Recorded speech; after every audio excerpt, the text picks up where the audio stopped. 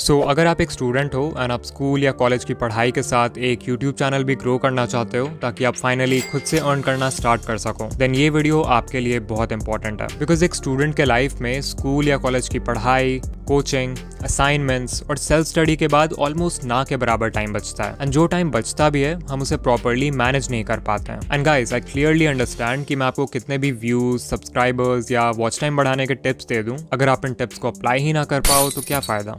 आज के वीडियो में मैं आपके साथ कुछ प्रैक्टिकल एडवाइस शेयर करने वाला हूँ जो आपको यूट्यूब के साथ स्कूल, कॉलेज या इवन एक फुल टाइम जॉब को बैलेंस करने में बहुत हेल्प करेगी। आई एम समवन जिसने अपनी यूट्यूब जर्नी तब स्टार्ट की थी जब मैं खुद स्कूल में था, सो मुझे अच्छे से आप लोगों के स्ट्रगल के बारे में पता है। एंड ट्रस्ट मी, इस वीडियो के एंड तक आप बहुत ज्यादा मोटिवेटेड फील करोगे क्योंकि आपके पास एक प्रॉपर सिस्टम होगा जिसके हेल्प से आप पढ़ाई को बिना सैक्रिफाइस किए कंसिस्टेंटली यूट्यूब पे वीडियोस पब्लिश कर पाओगे। So let's start with point number 1, check your screen time. I know शायद आप इस एडवाइस को सुन के थक चुके होगे, बट ये लिटरली सबसे बेसिक और इंपॉर्टेंट चीज है जो आप कर सकते हो अपना टाइम बचाने के लिए। अभी अपने स्क्रीन टाइम रिपोर्ट में जाओ एंड देखो कि किन ऐप्स में आपका सबसे ज्यादा समय जा रहा है। अगर किसी भी ऐप में आप डेली 30 मिनट से ज्यादा स्पेंड करते हो एंड वो आपके स्टडी या यूट्यूब वर्क से रिलेटेड नहीं है, like Instagram, Snapchat, Reddit, then honestly आपको उसे अनइंस्टॉल कर देना चाहिए। बिकॉज लिटरली उन्हीं ऐप्स की वजह से आप अभी ये वीडियो देख रहे हो। इंस्टाग्राम पे घंटों डूम स्क्रोलिंग करना, स्नैपचैट पे यूजलेस स्ट्रीक्स बनाना, वेब सीरीज बिंज वॉच करना। जब आप इन चीजों को सैक्रिफाइस करोगे तो you will feel like you are missing out on so much fun in life, which is true. But उसके रिटर्न में आपको मिलेगा कंट्रोल ओवर योर टाइम, जो कि आपका सबसे बड़ा एसेट है। इन शॉर्ट, मैं ये भी नहीं बोल रहा कि आप यूट्यूब के लिए एक्स्ट्रा टाइम निकालो, बल्कि जो टाइम आप वेस्ट कर रहे हो पहले उसको यूज करो। Because remember, everyone has 24 hours. It's how you use it that makes the difference. But ये जो नेक्स्ट एडवाइस है, अगर आप इसे कैच कर लेते हो तो आपको लगेगा कि आपके पास 24 आवर्स से भी ज्यादा समय, and that is to leverage time gaps. अगर आप सुबह से लेकर रात तक अपने पूरे दिन पे नजर डालोगे, then you will notice that throughout the day आपके पास बहुत सारे ऐसे मोमेंट्स होते हैं जिन्हें टाइम गैप्स बोलते हैं। फॉर एग्जाम्पल, ब्रश करना, घर से स्कूल या कॉलेज तक ट्रैवल करना, नेक्स्ट क्लास स्टार्ट होने से पहले टीचर का वेट करना, डिनर के बाद वॉक करना। ऐसे कई सारे छोटे छोटे टाइम गैप्स हमारे पूरे दिन में भरे होते हैं जिन्हें हम अक्सर इग्नोर कर देते हैं। हम कोई भी काम करने के लिए एक परफेक्ट ब्लॉक ऑफ टाइम का वेट करते हैं, एंड दैट्स व्हाई ऐसे शॉर्ट मोमेंट्स पे ध्यान नहीं देते हैं। बट अगर इन्हीं टाइम गैप्स को आप किसी तरह यूटिलाइज करना शुरू कर दो तो आपको लगेगा कि आपके पास बहुत सारा एक्स्ट्रा टाइम है। एंड ऑफ कोर्स, आपको कोई हैवी टास्क जैसे रिकॉर्डिंग या एडिटिंग करने की जरूरत नहीं है। आप कोई छोटा टास्क ले सकते हो, लाइक वीडियो आइडियाज ब्रेनस्टॉर्म करना,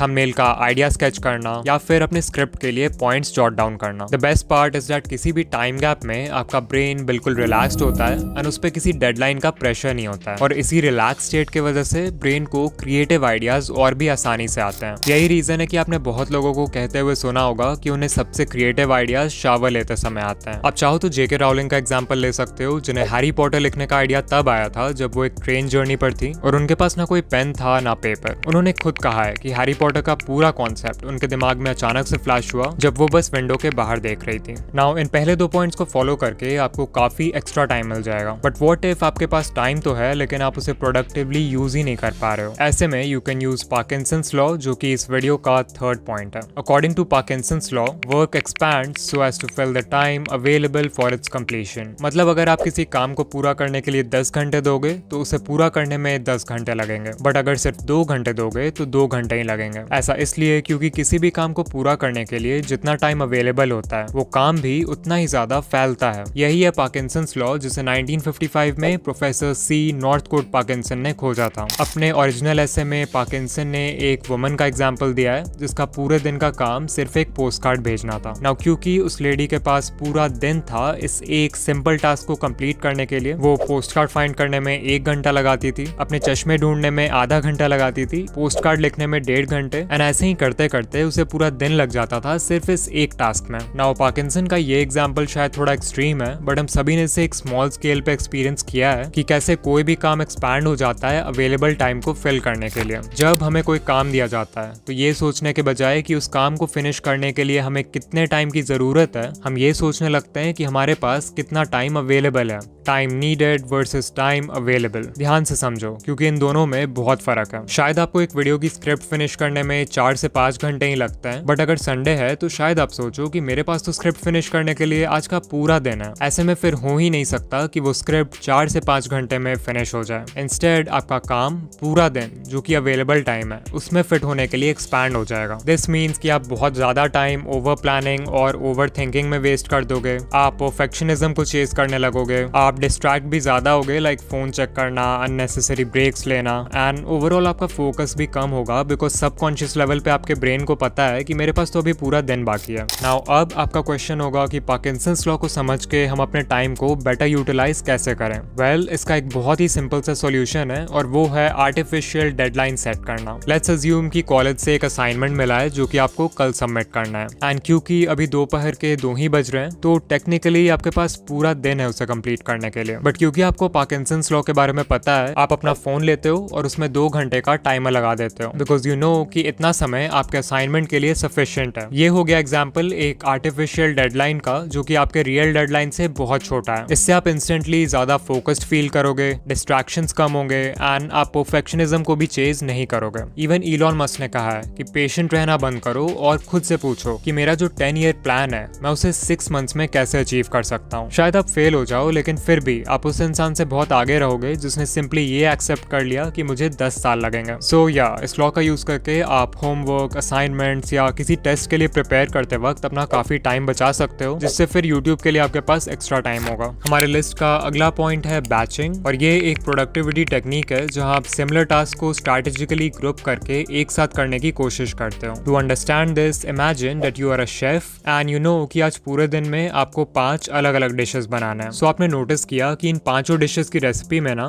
प्याज एक कॉमन इंग्रेडिएंट है। तो अब आपके पास 2 ऑप्शंस हैं, या तो आप उन सारे डिशेस के लिए जितने प्याज की जरूरत है उसे एक बार में चॉप कर लो, या फिर हर डिश को बनाने से पहले दिन में 5 बार प्याज को चॉप करो। मोस्ट लाइकली आप फर्स्ट ऑप्शन ही प्रेफर करोगे बिकॉज इसमें बहुत ज्यादा टाइम और एनर्जी सेव हो रहा है। नाउ ये एक बहुत ही बेसिक एग्जांपल था बैचिंग का, जिसमें हमने एक रेपिटेटिव टास्क जो कि दिन में 5 बार होने वाला था उसे बैच कर दिया। एंड ऑल्दो ये सुनने में बहुत ही सिंपल सा कॉन्सेप्ट लग रहा है, बट अगर आप इसे अप्लाई कर लेते हो तो आपकी प्रोडक्टिविटी लेवल ड्रास्टिकली इंक्रीज हो सकती है। फॉर एग्जाम्पल, मान लो आप फेस कैम शॉर्ट्स बनाते हो एंड यू डिसाइड कि आप हफ्ते में 3 शॉर्ट्स पोस्ट करोगे। Now you have a choice कि आप उन तीनों शॉर्ट्स की रिकॉर्डिंग एक ही बैच में सेम डे पे कर लोगे या फिर तीनों को अलग अलग डेज पे रिकॉर्ड करोगे। अगर आप डिफरेंट डेज पे रिकॉर्ड करते हो तो आपको लिटरली हफ्ते में 3 बार अपना सेटअप तैयार करना होगा, लाइट्स एंड कैमरा निकालना होगा, खुद को भी रिकॉर्डिंग के लिए मेंटली प्रिपेयर करना होगा and you will basically waste a lot of time. Whereas यही काम एक बैच में करने से काफी टाइम और एनर्जी सेव होगी। एक और रीजन वाई बैचिंग बहुत इंपॉर्टेंट है is because it helps you enter the flow state. Flow state एक मेंटल स्टेट है जिसमें आप किसी भी काम में बहुत डीप लेवल पे फोकस्ड हो जाते हो एंड आपकी परफॉर्मेंस बिल्कुल पीक पर होती है। फ्लो स्टेट में आपको अपने सराउंडिंग्स एंड टाइम का भी अंदाजा नहीं रहता है। लाइक हो सकता है कि काम करते करते कई घंटे बीत जाएं और आपको पता भी नहीं चले। इस स्टेट में आपका काम बहुत ही नेचुरल एंड एफर्टलेस वे में हो जाता है and you feel a sense of enjoyment while doing it. In short, ये वो स्टेट है जिसमें आप किसी भी काम में अपना बेस्ट दे पाते हो। यूट्यूब पे सर्च करोगे तो आपको बहुत सारे वीडियोस मिल जाएंगे जो एक्सप्लेन करते हैं कि कैसे आप फ्लो स्टेट एंटर कर सकते हो। ऐसे रिसर्च कहती है कि हमें किसी भी काम को एटलीस्ट 15 से 20 मिनट तक डीप फोकस के साथ करना होगा in order to enter a flow state. And यही रीजन है कि बैचिंग हमें इस स्टेट को अचीव करने में हेल्प करता है बिकॉज आप सेम तरह के काम को बैच करके एक लंबे समय तक करते हो। यहीं अगर आप डिफरेंट टास्क के बीच जगल करते रहोगे तो शायद आप किसी में भी अपना बेस्ट ना दे पाओ। सो नेक्स्ट टाइम जब आप स्क्रिप्ट लिखने जाओ तो ट्राई करो कि मल्टीपल वीडियोस को एक साथ स्क्रिप्ट कर लें, या फिर अगर असाइनमेंट लिखने बैठो तो एक नहीं बल्कि मल्टीपल असाइनमेंट साथ में फिनिश करने का ट्राई करो। इसके बाद एक और चीज जो हर प्रोडक्टिव इंसान को करना चाहिए वो है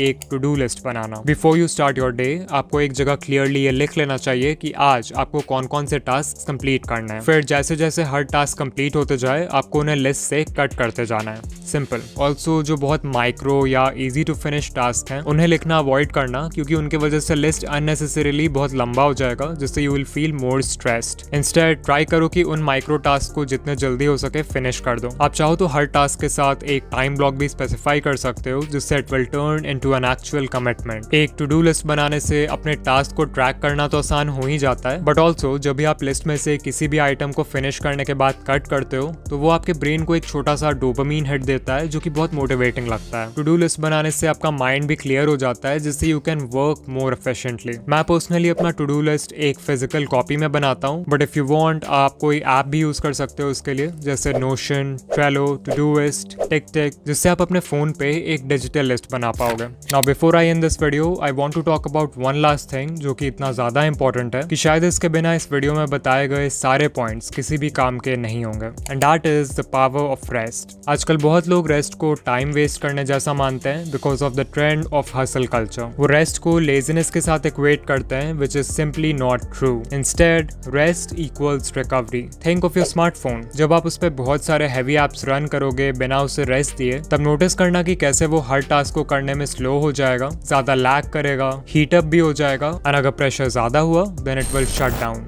आपका माइंड और बॉडी भी एक स्मार्टफोन जैसा ही है। बिना प्रॉपर रेस्ट के आप हर टास्क में स्लो और लेस एफिशिएंट होगे, आपकी क्रिएटिविटी कम होगी, आप हेल्थ इश्यूज फेस करोगे, एंड जस्ट लाइक एक फोन एक्सट्रीम स्ट्रेस में खुद को शट डाउन कर देता है, you will also face a burn out when your mind and body can't take it anymore. Now it's important कि हम इंटेंशनल रेस्ट और माइंडलेस रेस्ट के बीच के डिफरेंस को क्लियर करें, बिकॉज सही से रेस्ट करने के बाद आपको और फ्रेश फील होना चाहिए, ना कि डिस्ट्रैक्टेड। इंस्टाग्राम और यूट्यूब पे डूम स्क्रॉल करना, वेब सीरीज बिंज वॉच करना, गेम्स खेलना जब आपका कोई गेमिंग चैनल भी नहीं है, ये सब सरफेस लेवल पे रेस्ट करने जैसा लग सकता है, बट असलियत में आप सिर्फ खुद को रिस्पॉन्सिबिलिटीज से और स्ट्रेस से डिस्ट्रैक्ट कर रहे हो। रिमेंबर कि प्रॉपर रेस्ट हमेशा इंटेंशनल होता है, so don't just lie down without any intent. Instead have a plan कि आप कितनी देर रेस्ट करोगे और कैसे रेस्ट करोगे। लाइक जरूरी नहीं कि हर समय आपको सेम तरह के रेस्ट की जरूरत हो। अगर आप मेंटली टायर्ड हो तो आप आइज क्लोज करके मेडिटेट कर सकते हो, या फिर किसी शांत जगह जाके कोई काम म्यूजिक सुन सकते हो। Let's say you are physically tired तो आप एक क्विक नैप ले सकते हो, थोड़ी लाइट स्ट्रेचिंग कर सकते हो, या फिर शावर ले सकते हो। If you are emotionally tired then you should talk to someone. इसके अलावा जर्नलिंग करते हैं बहुत लोग, या नेचर में टाइम स्पेंड कर सकते हो आप। फिर मान लो क्रिएटिव लेवल पे टायर्ड हो आप, तो you can change your environment जिससे आपको बेटर आइडियाज आएंगे। The key here is to identify कि आपके माइंड एंड बॉडी को एट द मोमेंट किस चीज की जरूरत है। इसके अलावा कुछ चीजें तो एसेंशियल हैं जिनके साथ आप बिल्कुल भी नेगोशिएट नहीं कर सकते, like 8 hours of consistent sleep and staying hydrated. Also, चाहे स्टडीज हो या फिर यूट्यूब, इट्स रियली इंपॉर्टेंट कि हम अपने आईज का ध्यान रखें, बिकॉज हमारा स्क्रीन टाइम बहुत ज्यादा हो जाता है। You can use the 20-20-20 rule which says कि अगर आप स्क्रीन पे काम कर रहे हो तो आपको हर 20 मिनट के बाद 20 फीट दूर रखे किसी चीज को 20 सेकंड के लिए देखना चाहिए। इससे आपके आईज के मसल्स रिलैक्स्ड रहेंगे और आई स्ट्रेन रिड्यूस होगा। इसके अलावा आप कुछ बेसिक एक्सरसाइजेस कर सकते हो आईज के लिए, लाइक इन्फिनिटी एक्सरसाइज, जिसमें आपको 10 फीट दूर एक इन्फिनिटी सिंबल को इमेजिन करना है और फिर उसे अपने आईज से स्लोली 1 मिनट तक ट्रेस करना है। सो पहले 30 सेकंड क्लॉकवाइज डायरेक्शन में ट्रेस कर सकते हो और next 30 seconds anti clockwise. Now अगर आप यहाँ तक आ गए हो तो कमेंट कर देना managing YouTube with studies is fun, and video को लाइक कर देना। ऑल्सो अगर आपके चैनल पे अभी तक 1000 सब्सक्राइबर्स कंप्लीट नहीं हुए हैं, देन आई हाईली रिकमेंड कि आप ये वीडियो देखो। एंड या मैं आपसे वहीं मिलूंगा। बाय।